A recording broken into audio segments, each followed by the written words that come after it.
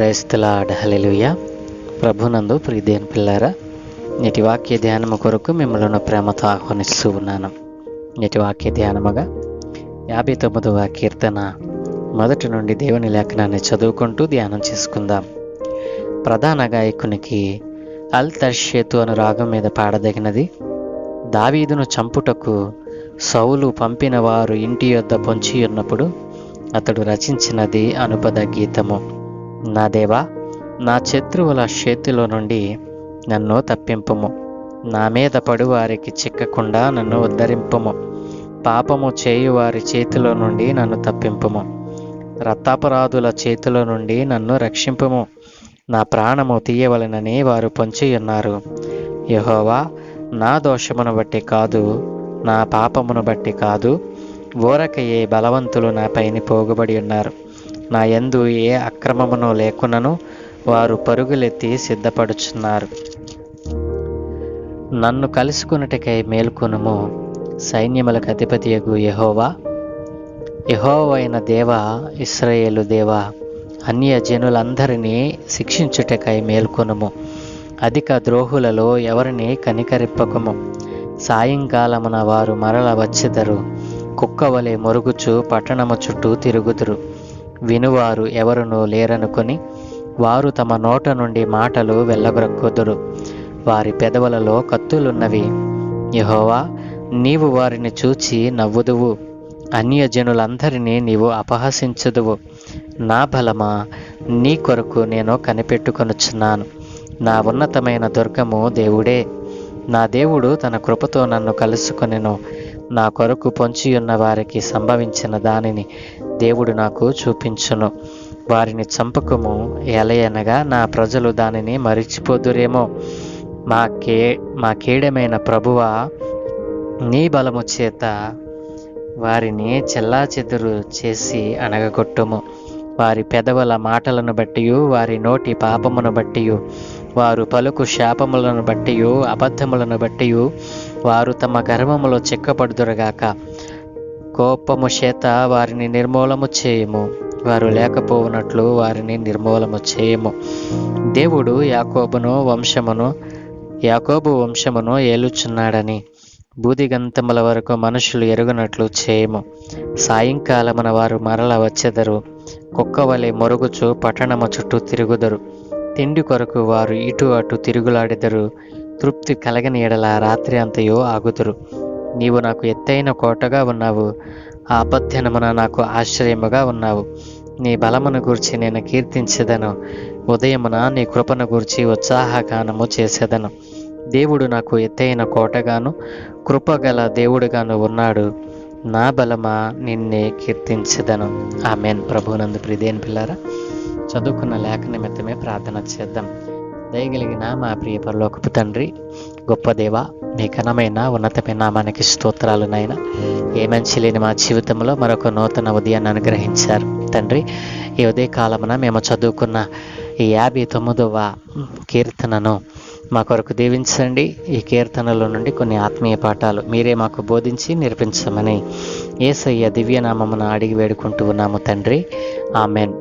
ప్రభునందు ప్రియదేని పిల్లారా, ఈ 59వ కీర్తనను కూడా భక్తుడైన దావీదు గారే రాసినట్లుగా శీర్షికలో మనం చదువుకున్నాం.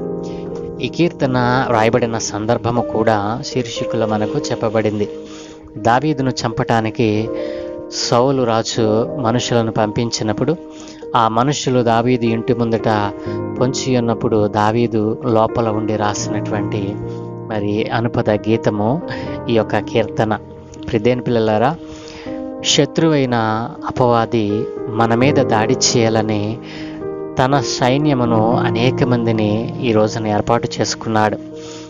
వారు మన చుట్టూనే ఉంటారు, మనం గమనించాం. సాతాను సంబంధులు, అపవాది సంబంధులు మన చుట్టూనే మనతో స్నేహం చేస్తూనే కనపడుతూ ఉంటారు, కానీ మనం గమనించాం. ప్రియదేని పిల్లారా, అయితే భక్తుడైన దావీదు తనను చంపటానికి వచ్చిన సౌలు రాజు పంపిన మనుష్యులు వాకిట పొంచి ఉన్నారని గుర్తించిన వాడే భయపడలేదు, అదిరిపోలా, బెదిరిపోలా. ఆయన ఎవరినైతే రక్షకునిగా పెట్టుకున్నాడో, ఎవరినైతే సహాయకుడిగా కాపాడేవానిగా ఆయన ఎంచుకున్నాడో ఆ ఎంచుకున్న సర్వాధికారిన దేవుని నామమున మరి కీర్తిస్తూ పాడుతూ ఉన్నాడు. వాకిట ప్రమాదం పొంచి ఉంది. ఆయన భక్తుడు ఏం చేస్తూ ఉన్నాడో తెలుసా? దేవునికి కీర్తన పాడుతూ ఉన్నాడు. దేవుని పిల్లలారా, ఎంత గొప్ప ఆధిక్యత దావీదు భక్తుడు సంపాదించగలిగాడు. ఒకవేళ నీ ఇంటనే ఈ దినాన ఒకవేళ పాపము మరి ప్రమాదము పొంచి ఉన్నప్పుడు, ప్రాణహాని పొంచి ఉన్నప్పుడు నీవు ఇలాగున్న దేవునిని స్తుతించగలవా? నీవు దేవుని ఆరాధించగలవా? దేవుని నామాన్ని గొప్ప చేయగలవా? దేవుని ఔన్నత్యమును కొనియాడగలవా? ప్రియ సహోదరి సహోదరుడా, ఎంత కాలము నుండి నీవు దేవుని సేవకుడైన భక్తుడైన దావీదు జీవితంలో నుండి అనేక విషయాలను మనం ధ్యానం చేస్తూ వస్తున్నామే. దావీదు భక్తుడు అంత ఘోర పాపం చేసిన దేవుడు ఎందుకు క్షమించాడు అని అంటే, ఈ దృగ్విషయాలన్నిటినీ మనం ఆలోచన చేస్తే, దావీదు భక్తుడు తనను తాను ఎప్పుడైతే మరి క్షణికావేశములో చేసిన పాపము తనను మరణానికి తీసుకెళ్తుందని గమనించాడో, వెంటనే దేవుని సన్నిధిలో ఆ పాపాన్ని నడినెత్తు మొదలుకు అరికాల వరకు కడిగి వేసుకున్న వాడిగా కనబడతా ఉన్నాడు. అందుకే దేవునితో మిళితమైపోయాడు, దేవునిలో లీనమైపోయాడు. దేవుని యొక్క గుణలక్షణాలను అసలు ఎంత చక్కగా వంటిపుచ్చుకున్నాడో. దేవుని పిల్లలారా, మరి ఈ దినాన్న అలాంటి భక్తి, అలాంటి నీతి నీలో ఉందా? దావీదు భక్తులలో ఉన్నటువంటి ఆ నీతి, యథార్థత, ఆ న్యాయ ప్రవర్తన, ఆ ఆలోచన, దేవునిపైనే నేను అనుకోవాలి. ఏ ప్రమాదము నన్ను చుట్టుముట్టినా నన్ను కాపాడే దేవుడు నాకున్నాడు అనేటువంటి నిరీక్షణ, ఎంత గొప్ప నిరీక్షణో దేవుని పిల్లారా. ఈ నిరీక్షణ చాలామందిలో ఈ రోజున లోపించింది. తన పిల్లలైన వారు సహితము దేవుని యందు నిరీక్షణ ఉంచని వారిగా ఈ రోజున వారి దినాలను గడుపుతూ ఉన్నారు. దేవుని పిల్లలారా, ఈ రోజున పాపము మరి ప్రాణం తీసేవారు వాకిట పొంచి ఉన్నప్పుడు దేవుని స్తుతిస్తూ ఉన్నాడు. ఆ స్తుతులు విన్నటువంటి మరి ఆ యొక్క దుండగులు, మరి చంపడానికి వచ్చినటువంటి, తనను మరి పట్టుకోవడానికి వచ్చినటువంటి దుండగులు కూడా మార్పు చెందారేమో. దేవుని పిల్లరా, ఈ రోజున ఈ దుష్ట ఆలోచన కలిగినటువంటి, దుష్ట స్వభావం కలిగినటువంటి మనుష్యులు మన చుట్టూ తిరుగుతూ ఉన్నారు. నీ భక్తిని, నీ విశ్వాస్యతను పాడు చేయటానికి, నీవు కొలుస్తున్న, నీవు ఆరాధిస్తున్న దేవుని మీద నీ మనసు త్రిప్పివేయడానికి లోకాధికారి అయిన అపవాది ఎంతో ప్రయత్నం చేస్తూ ఉన్నాడు. నీ మనసును ఆపుకోలేక నువ్వు వెర్రిగా వాగుతూ మరి దుష్ట హృదయముతో, దుష్ట ఆలోచనలతో నీ హృదయాన్ని, నీ దేహాన్ని, నీ సమస్తాన్ని నువ్వు పాడు చేసుకుంటా ఉన్నావు. ఊరకొక్క తిరుగునట్లుగా ఊరూరా తిరుగుతున్నావు. నీవు ఎందుకు బ్రతుకుతున్నావో, ఎందుకు జీవిస్తూ ఉన్నావో, నీ తల్లిదండ్రులకు ఉపయోగపడిన పాత్రగా, నీ ఇంటిలో ఉపయోగపడిన పాత్రగా నీవు ఎంతకాలం బ్రతుకుతావో, నీవు సత్యవంతుడైన దేవుని తెలుసుకోకపోతే పాపము నీ వాకిట పొంచి ఉంది, ప్రాణహాని, ప్రమాదము నీ వాకిట పొంచి ఉంది. దేవుడు హెచ్చరిస్తూ ఉన్నాడు. దేవుని పిల్లరా, ప్రమాదము వాకిట పొంచి ఉన్నప్పుడు భక్తుడైన దావీదు దేవుని కీర్తించగలిగాడు. అలాగున నీవు కీర్తించగలుగుతున్నావా? ఆయన నామాన్ని గొప్ప చేయగలుగుతున్నావా? ఆయనకు కృతజ్ఞాస్తుతులు చెల్లించగలుగుతున్నావా? ఆయనను మహిమపరచాలనే ఆలోచన నీవు కలిగి ఉన్నావా? నా ప్రియ సహోదరి సహోదరుడా, ఆలోచన చేయండి. దేవుడు మరి తన కుమారుడైన, తన భక్తుడైన దావీదు పట్ల కలిగి ఉన్న నిబద్ధత ఎంత ఉన్నతమైనదో. దేవుడు తనను మరి దావీదు భక్తుని మిళితం చేసుకున్నాడు. తన్ను ఎంతగా మిళితం చేసుకున్నాడనంటే, దావీదు భక్తునికి ఎన్నో శ్రమలు, ఎన్నో ఆపదలు అయినా ఏ ఆపదలో కూడా, ఏ మరణ భయంలో కూడా ఆయన దేవుణ్ణి గొప్ప చేశాడు కానీ, దేవుని నామాన్ని గణపరిచాడు కానీ, ఆయన కీర్తించాడు కానీ, నా దేవుడు నన్ను చూసుకుంటాడు, ఆయనే నా కోట, ఆయనే నా కొండ, ఆయనే నాకు ఆధారము అన్నాడు. కానీ మరి భయమును చూసి, ప్రాణహానిని చూసి, పొంచి ఉన్న దుండగుణ్ణి చూసి భయపడలా, చెదిరిపోలా.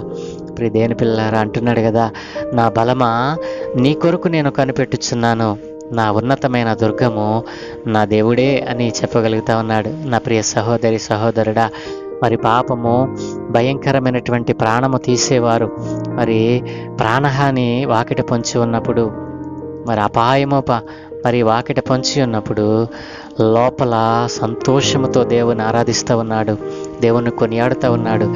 దేవుని పిల్లారా, ఇదిగో ఉదయమున నిన్ను గూర్చిన నీ కృపను గూర్చిన ఉత్సాహగానం చేస్తాను, నాకు ఎత్తైన కోటగా నీవే ఉండు అని దేవుణ్ణి ఆయనకు ఆశ్రయముగా ఉంచుకుంటూ ఉన్నాడు.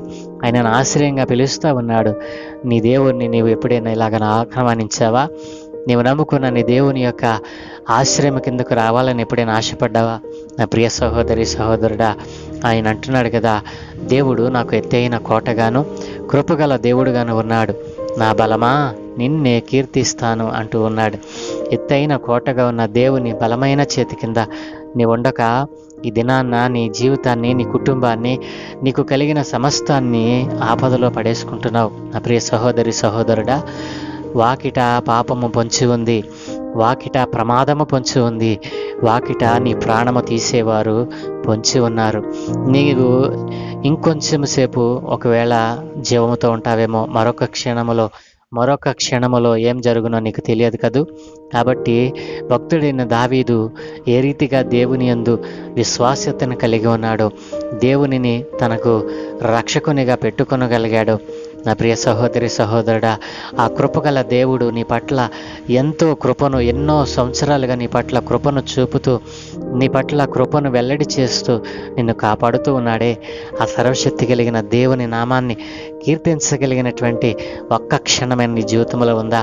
రోజులో ఎంతసేపు ఆయనను స్తుతిస్తూ ఉన్నావు? ఎంతసేపు ఆయనకు కృతజ్ఞతాస్తుతులు చెల్లిస్తూ ఉన్నావు?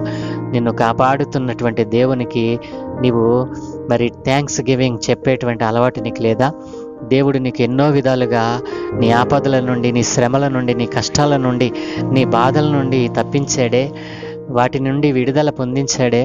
అలాంటి దేవుని విడిచిపెట్టి ఈ రోజున లోక ఆశల వైపు, లోక కోరికల వైపు ఈ స్వచిత్తాన్ని ఆధారం చేసుకుని దేవుని నిర్లక్ష్యం చేస్తున్నావు కదూ.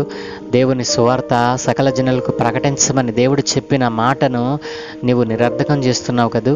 సువార్త అనేక మందికి ఇంకా ప్రకటింపబడాలి.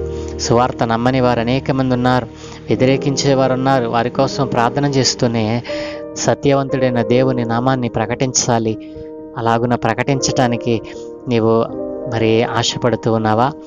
నీకు తోచినది దేవుణ్ణి నీవేమి తెలుసుకున్నావో, దేవుడు నీకేమి దయచేశాడో, ఎలా నీవు రక్షింపబడ్డావో, రోజులో ఒక్కరికైనా, కనీసము ఒక్కరికైనా యేసునామాన్ని పరిచయం చేయి. దేవుడు నిన్ను, నీ కుటుంబాన్ని ఆశీర్వదిస్తాడు. నీ వాకిటి పొంచి ఉన్న ప్రమాదం నుండి నిన్ను తప్పిస్తాడు. దావీదు భక్తునికి ఇచ్చినటువంటి ఆధిక్యతను నీకు ఇస్తాడు. అలాగున నీవునే నీ కుటుంబమును దేవునికి ఉపయోగపడే పాత్రలుగా మారాలని నా ప్రార్థన. సకల ఆశీర్వాదముల కారణభూతులైన తండ్రి, మా మంచి దేవా, మీ ఘనమైన ఉన్నతమైన నామానికి స్తోత్రాలు నాయన.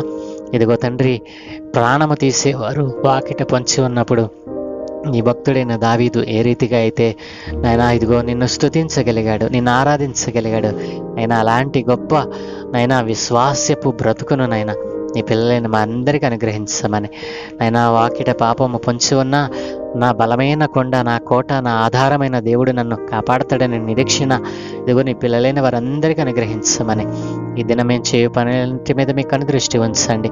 మేము చేయు ప్రయాణాలలో మాకు తోడుగా ఉండండి అయ్యా. మా పనిపాటలలో సహాయం దయచేయండి. మేము కోరిన ప్రతి దానిని మాకు అనుగ్రహిస్తూ ఉన్నందుకు మీకు నిత్యము స్తుతులు చెల్లించేవారిగా మేము మారినట్లు సహాయం దయచేయమని, ఇదిగో నీ పిల్లలుగా నాయన ప్రతిరోజు నీ వాక్యాన్ని వింటూ దానిని ధ్యానం చేస్తూ అనేక మందికి దానిని పరిచయం చేసేవారిగా మమ్మల్ని మార్చమని, ఇదిగోనైనా ఈ మాధ్యము ద్వారా ఎందరైతే నీ మాటలు విన్నారో వారి జీవితాల్లో ఒక నూతనమైన కార్యముల ద్వారా నైనా జరిగించమని, ఘనత మహిమ ప్రభావాలు మీరే పొందుకోమని యేసు నామములో అడుగుచున్నాను తండ్రి. Amen, amen, amen.